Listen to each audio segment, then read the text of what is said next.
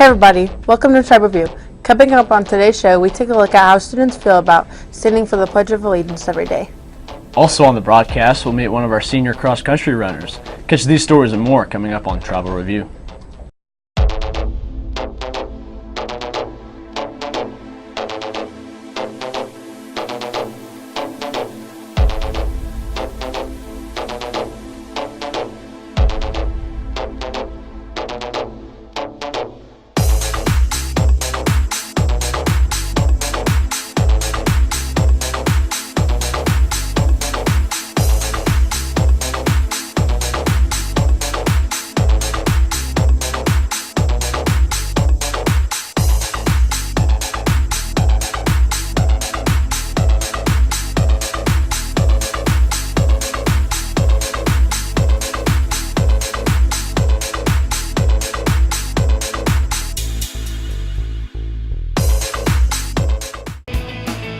Culver's has been delighting guests one meal at a time.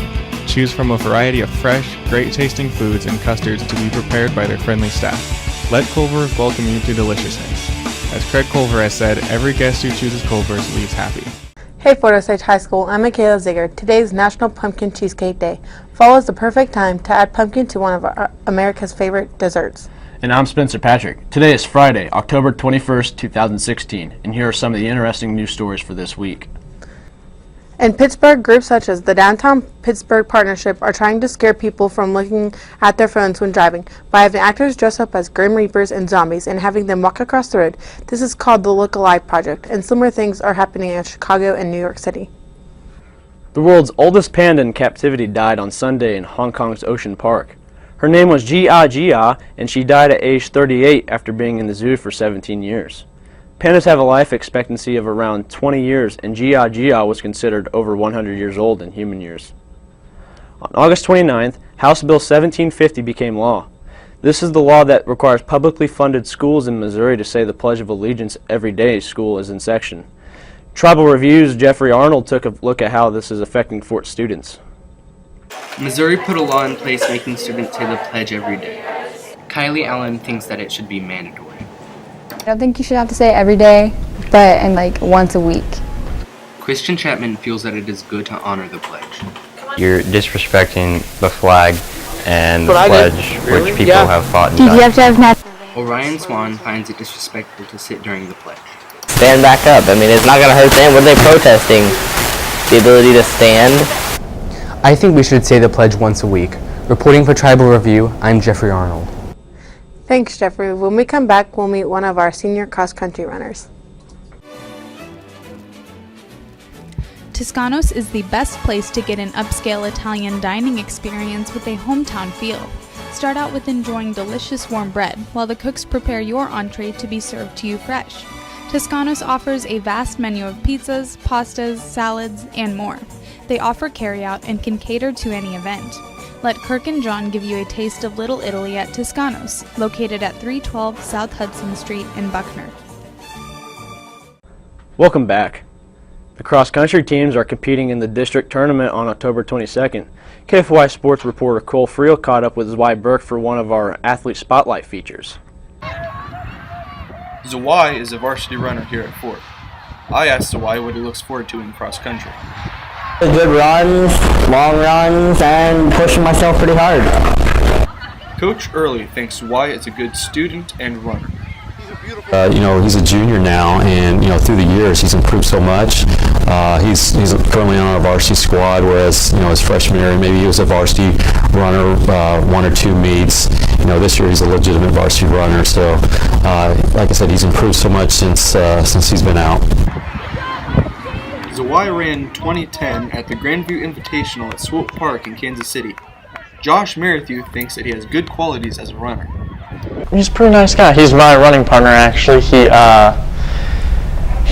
on varsity. He pushes everybody else, and I think that's really good when it comes to being a teammate. So, yeah. Zwei's been running cross country since freshman year. Reporting for KFY Sports, I'm Cole Friel. You can see other athlete features by watching past sporting events on Fort Osage's webpage on the NFHS network. Brian Allender joins us now with the week's Kansas City Sports Update, and we have a news sports team in town, right, Brian? That's right, Michaela. Kansas City welcomes another professional sporting team to the area. The Kansas City Phantoms will play home games at the Silverstein Ice Centers area and be part of the Northwest Division of the Champions Indoor Football League along with the Seahawks City, Omaha, and Bismarck. The Phantoms will be competing in the 16th league beginning on March 13, 2017 against the Seahawks City Bandits at the SEC Arena in Independence. Sporting Kansas City defeated Central FC 3 in one of the Scotia Bank CONCACAF Champions League on October 19th. Cameron Porter, Nessil Sybil, and Connor Halsey each scored goal in the match. Sporting takes on the San Jose Earthquakes on October 23rd at the Children's Mercy Park. FC Kansas City agreed to terms on the new contract to keep midfielder Mandy Laddish home through the 2018 National Women's Soccer League season. Third baseman Hunter Dozier and left-hander Matt Stram have been named MLB Pipeline's Royals Player and Pitcher of the Year. Both should figure promptly in the Royals' future. Stram was a 21st round draft pick in 2012 and was usually primary as a starter in the minor leagues. Dozier was the team's first round pick in the 2013 draft. The Kansas City Chiefs came up with a big road win over Oakland 26-10 last Sunday. The big story out of the game was 346-pound defensive lineman Dontera Poe's 3-yard touchdown reception from the Alex Smith. Poe caught the ball and battered his way into the end zone for a second offensive touchdown of his career. The Chiefs are now 3-2 on the season, going into Sunday's matchup with the Saints at Arrowhead. The Missouri Mavericks opened their third season of ECHL with 2 road game losses to the Allen Americans. Their season home opener is Saturday, October 22nd, when they host the Indy Fuel at Silverstein Ice Centers area. That's it for your Kansas City Sports Report. I'm Brian Allender. Thanks, Brian. With the presidential election coming up November 8th, Chris Johnson hit the halls to get a pulse on who would you vote for in the bonus Tom Talk. Everyone is talking about the presidential election. We asked students who they would vote for in the presidential election if they could vote. Donald Trump. Trump. In this presidential election, I'd probably vote for Hillary Clinton just because I believe she's a better representation of our country rather than Donald Trump. I would vote for Trump.